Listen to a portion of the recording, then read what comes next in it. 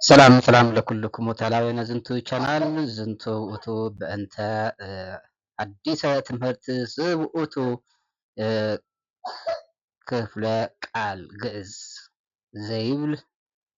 ናሁ በበአሃደ ንሪኦሙ ለክሎሙ እለንቱ ንኡሳን አርእስተ ትምህርት በዝንቱ ጊዜ ዝውእቱ አርእስተ ትምህርትና ክፍለ ቃላት ዘልሳነ ግዕዝ እስፈንቶሙ በልሳነ ግዕዝ ክፍለ ቃላት ዘንብሎሙ ክፍለ ቃላት በጥንተ ልሳነ ግዕዝ ብነ ሰምንቱ ክፍለ ቃላት ወበዘ ይእዜ ካልአን ልሳናት በዘመናዊ ጽንዓተ ስነ ልሳን ይብሉነ ሓሙሽቱ ክፍለ ቃላት በዝንቱ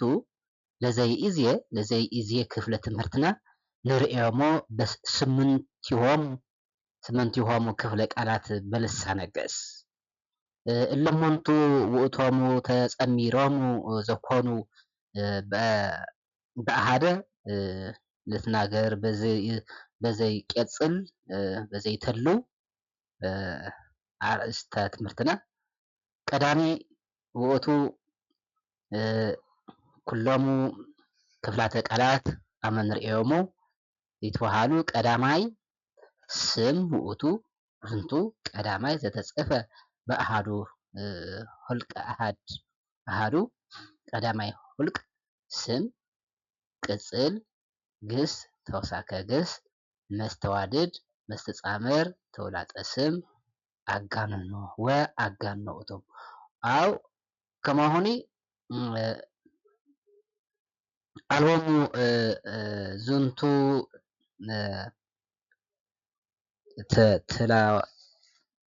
ሞትሎ በዝንቱ ቀዳሚ ውእቱ ዘይጸዋዕ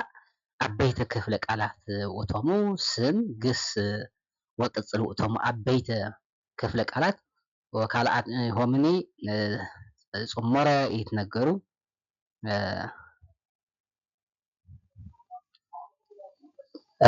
ባሕቢሮ ዘይትነገሩ ባሕቢሮ በካልአን በጥንተ ወበዘመናዊ ይትለለዩ ክፍላት ይሆሙ ኣብዚ ንሪኦም 8 ክፍለ ቃላት ናይ ግዕዝ ብጥንቲ ስነልሳን ግዕዝ ጥንቲ ስነልሳነ ግዕዝ ወይ ድማ ቅኔ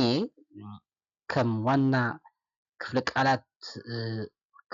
ቃላት ወይ ድማ ሰዋስው ኢሉ ክቕመጥ እንተሎ እዚኦም ዝጥቀመሎም ካልኦት እውን ኣብ ጥንቲ ሰዋስው ዝጥቀምሎም ዝነበሩ 8 ክፍለ ቃላት ከም ዝኾኑ እዮም ግን ድማ ተደሚሮም ድማ 5 ከም ዝመፁ ድማ ኣብ ዘመናዊ ሰዋስው ቋንቋ መጽናዕትታት ንረኽቦም ማለት እዩ። ስለዚ ኣብዚ ንሪኦም ግን 8 እዮም እስኪ ክንሪኦም ኢና እሞ ናብ ሓደ ተጠመሩ ድማ ገሊኦም ክልተ ገሊኦም ንበይኖም ዝኾኑ እውን ዘለውና ማለት እዩ። ስምን ተውላጠ ስምን ብሓባር ስም ተባሂሎም ከም ተጸውዑ ኣብ ዘመናዊ እዩ። አጋኖ ወይ ድማ አንክሮ ተባሂሉ አንክሮ አጋኖ ካብ ምባል አንክሮ ቃል አንክሮ ውእቱ ይትበሃል በዝንቱ ነገ ጽሕፈትነ ቃል አንክሮ ቃል አጋኖ ካብ ምባል ዝበለጸ አንክሮ ቃል አንክሮ ቃል ተደሞ እውን ይበሃል እዩ ተደሞ አንክሮ ይትበሃል በዝንቱ ነገር ከማም መስተጻምር ወመስተዋድድ አሃዱ ተጸሚሮሙ መስተዋድድ ይትበሃሉ ዘተርፉ ኩሎሙ ይጸርሑ በአምስቱ ክፍለ ቃላት በዝንቱ ምክንያት ቀዳሚ ውእቱ ከመዘ ነገርናክሙ አቅዲመና ውእቱ ስም ወኩሎሙ ልሳናት ወኩሎሙ ይረባሃነ አው ይበቁዓነ ለጸውዖተ ለጸርሖተ ኩሎሙ ነገራት ዘቦሙ ህይወት ወዘ አልቦሙ ህይወት ወለ ኩሎሙ ዝሃለው በዚ ዓለም ዘይፀውኡ ቦቱ እነምንቱ ከም ምሳሌ ንሪኦሙ ሰብ ኩሉ ሰብ ቦቱ ስም እንስሳት መካናት ንኡሳን ወዓብያን ንዋያት ረቂቃን ወመንፈሳውያን ነገራት ኩሎም ዝሃለው በዚ ምድር ይፀውኡ በዝንቱ ክፍሊ ቃል ስም ይትከፈል ሃበ ዘይተሉ ክፍላት ስመ ተፀውኦ ዝንቱ ውእቱ ይበቃዓነ ለተፀርሖተ አው ለፀውዖተ ብሂለነ እገሌ አው እከለ ብሂለነ እገለ አው እገሌ ብሂለነ ንፀውዖ ለሰብ ለእንስሳት ወለኩሎም ነገራት ዘኮነ መፀዊዒሆም ኣብዚ ስም ያው ነገራት ዝፅውዕሉ ክፍሊ ቃል እዩ። ስም ረቂቕ ስም ግዙፍ ስም ሂወታውያን ስም ሂወት ዘይብሎም ስም እንስሳት ስም ግኡዛን ኩሎም ኣብዚ ምድሪ እዚ ዝፅውዕሉ ሓደ ክፍሊ ቃል ኢልና ነቕምጦ ስም እዩ። ስለዚ ስም ኣብዚ ክንሪኦ እንተለና ቀዳሚ ውእቱ በዚ እንቱ ንሪኦ ስመ ተፀውዖ ውእቱ ይትበሃል። ስመ ተፀውዖ ምሳሌ ምዕራፍ ብሂለነ ነፀርህ ለአሃዱ ነገር ምዕራፍ ስም ውእቱ ሰናይ ሃይለ ስመ ሰብ ሃይለ ሳራ ግርማይ ኢትዮጵያ ትግራይ ኣፍሪቃ ኣሜሪካ ብሂለነ ንፀውዕ እሎምቱ እቶም ስመ ተፀውዖ ንብሎም ስመ ተፀውዖ ስመ ህባርየ ስመ ህባርየ ስመ ህባርየ ዘንብሎሙ ዘይፀውዑ ብኣህብሮ በዝንቱ በውስቴቱ ቦቱ ለለ ርእሶሙ ኣስማት ህቡረ ዘይፀውዑ በዝንቱ ሰብ ለእማ ንብል ሰብ መኑ ሰብ ኢለና ንፀውዕ ኣህብሮ ውእቱ ስመ ህባርየ ውእቱ ኣመ ንፀውዖ በልልዮ ዘቀዳሚ ዘነገርና ምሳሌ ሰናይት ሂሩት ኣሮን ብሂለነ ንፀውዕ ኩሎም ይትበሃሉ ብኣህብሮም ሰብ ውእቱ ላህም ኩሎን ኣልህምቲ ቦን ለለ ርእሶን ስም ብኣህብሮ ላህም ይትበሃል ላህም በግእ ከማሁ በግእ ብዙሃን በግእ ለኣሃዱ ላህም በግእ ኣባግእ ለለ ርእሶን ኣው ለለ ርእሶም ቦሙ መፀውዒ ስም እፅ ብዙሃን እፅ ኣው ኣትክልት ብነ መኑ ውእቱ በዘንቱ ዘይፀዋዕ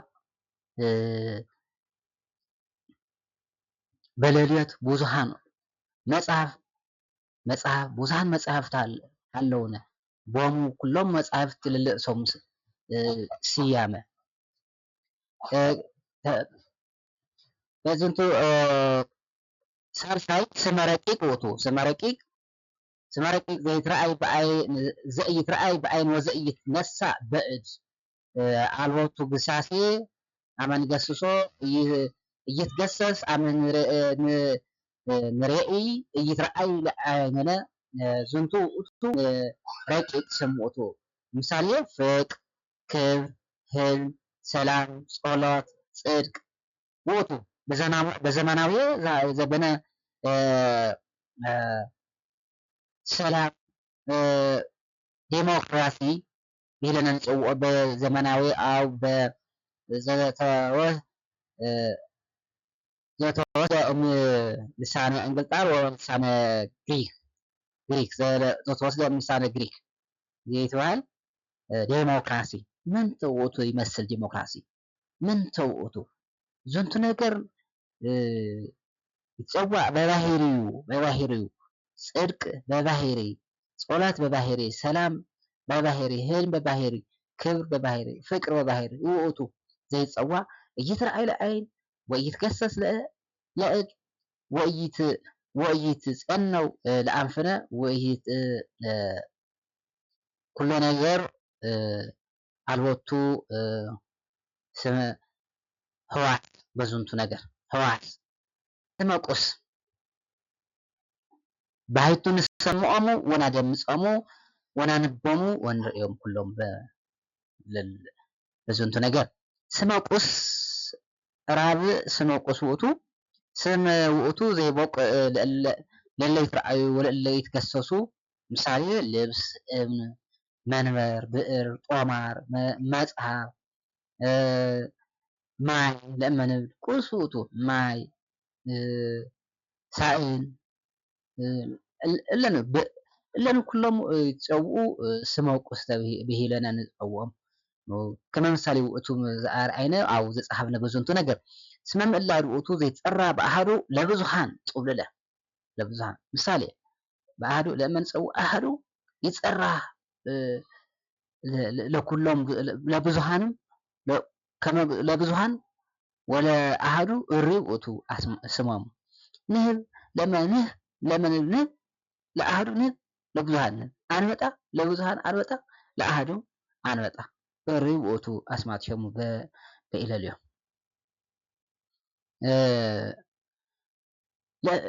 በዝንቱ ነገር ብሂለነ በእንተ ስም ወንርኢ በበክፍሉ በአረፍተ ነገር በሐረግ ወበምዕላድ ንርእዮሙ በዘይትሉ ካልእ ንዑስ አርእስትነ ወበካልእ ትምህርትነ ናሁ ንሃውር ሀበ ካልእ ውእቱ ተውላጠ አስማት ተውላጠ ስም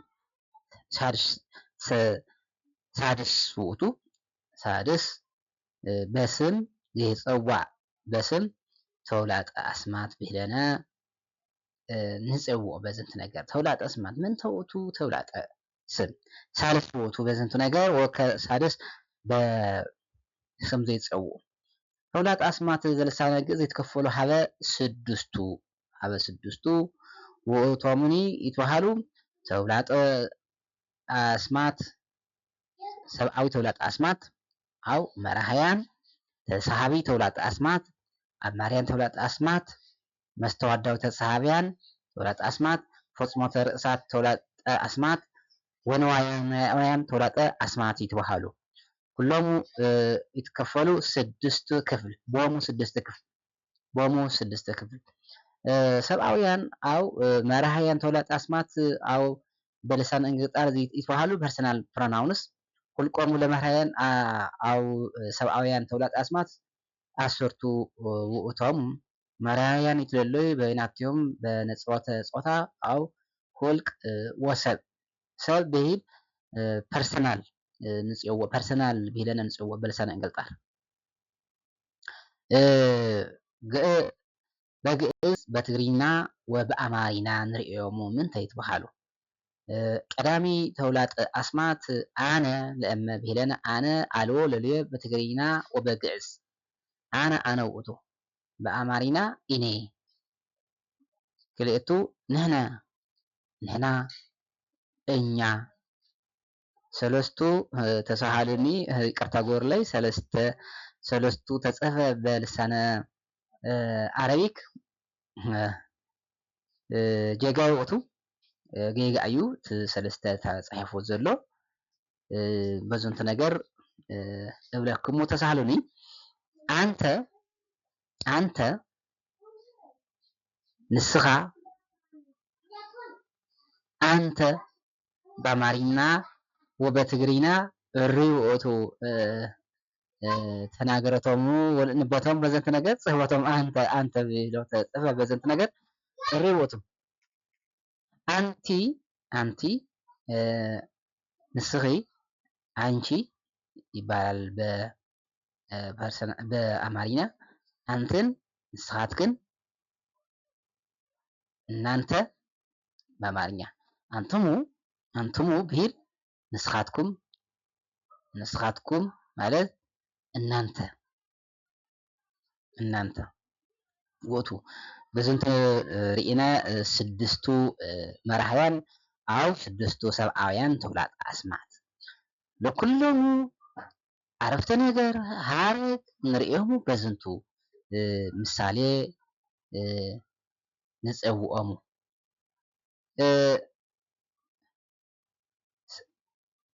ሰብኣቱ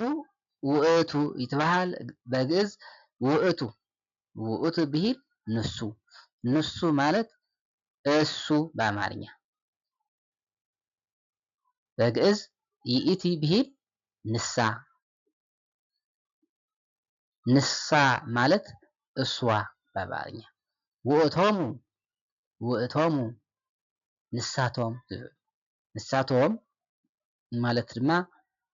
እነሱ ተብሎ ይጠራል በአማርኛ። ውእቶን አሰርቱ ውእተን ንሳተን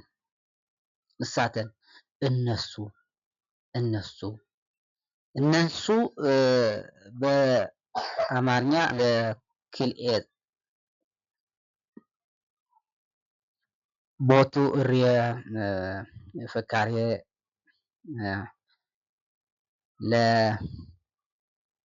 ለተባኢት ወለአነስት ብዙሃን ዝኾኑ ብዙሃን በስንቱ ንሪኦሙ ብዙሃን ዘይተባሃሉ ብዙሃን ውእቶን ውእቶሙ ንሕነ አንትን አንትሙ ይትበሃሉ ብዙሃን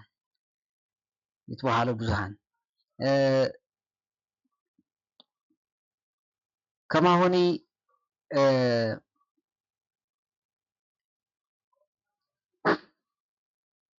አነ አንተ አንቲ ይእቲ ውእቱ ውእቶሙ ይትበሃሉ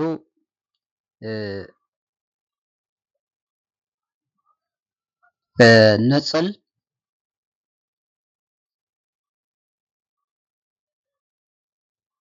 ቦሙ እሬ ተደሚሮሙ አው ተጸሚሮሙ አምስቱ ዓሰርቱ ክፍላት ዓሰርቱ መራሕያን ውእቶሙ ይትበሃሉ። ኣብዚ ሓሙሽተ ነፀላ ሓሙሽተ ድማ ብዙሕ ተባሂሎም ዝፅውዑ ርኢና ኣለና። ቀፂልና ንኣብነት ክንርኢና ማለት እዩ። ምሳሌ ንሪኦሙ ዘይተሉ ምሳሌ መንተለ ዝንቱ ኣነ ኣሃውር ምስሌሁ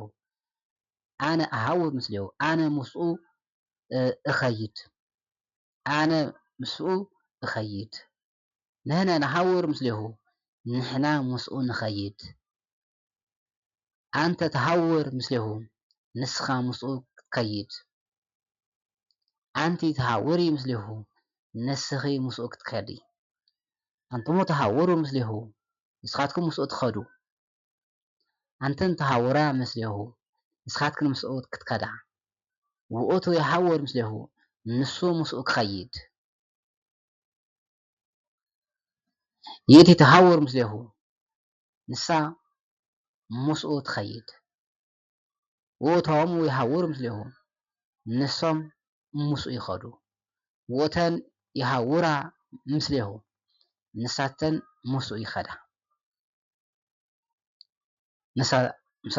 ምስኡ ይኸዳ ውእቶሙ ይሃውሩ ምስሌሁ ንሶም ምስኡ ይኸዱ እውን ይእቲ ተሃውር ምስሌሁ ንሳ ምስኡ ትኸይድ ውእቱ ይሃውር ምስሌሁ ንሱ ይሃውር ምስሌሁ ንሱ ምስኡ ይኸይድ እናበልና እዚኦም ኩሎም በዚ ፀጋማይ ኣንፈት ፀጋማይ ሸነኽ ዘሎ ኣነ ንሕነ አንቲ አንተ አንቲ አንትሙ አንትን ውእቱ ይእቲ ውእቶሙ ውእቶን እሙንቱ ይትበሃሉ ተውላጠ ኣስማት አው መራሕያን ሰብኣውያን ተውላጠ ኣስማት አው መራሕያን ይትበሃሉ መራሕያን ክንዲ ስም ተባሂሎም ወይ ድማ መፀውዒ እንታይ ተባሂሎም ሰብኣዊ ተውላጠ ኣስማት ሰብኣዊ ክንዲ ስም ተባሂሎም ዝፅውዑ ፐርሰናል ፕሮናውን እውን ተባሂሎም ዝፅውዑ ማለት እዩ። ለአማርኛ ተነጋሪዎችም እንደዛ ማለት ነው። አነ አሃውር ምስሌሁ እኔ ከሱ ጋር እሄዳለሁ። ንሕነ ነሃውር ምስሌሁ እኛ ከሱ ጋር እንሄዳለን።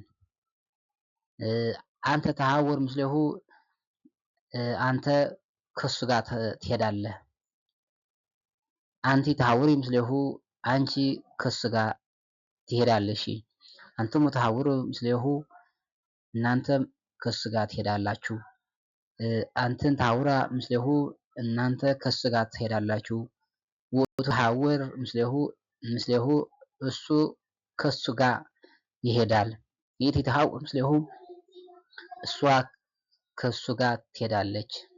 ውእቶሙ ይሐውሩ ምስሌሁ እነሱ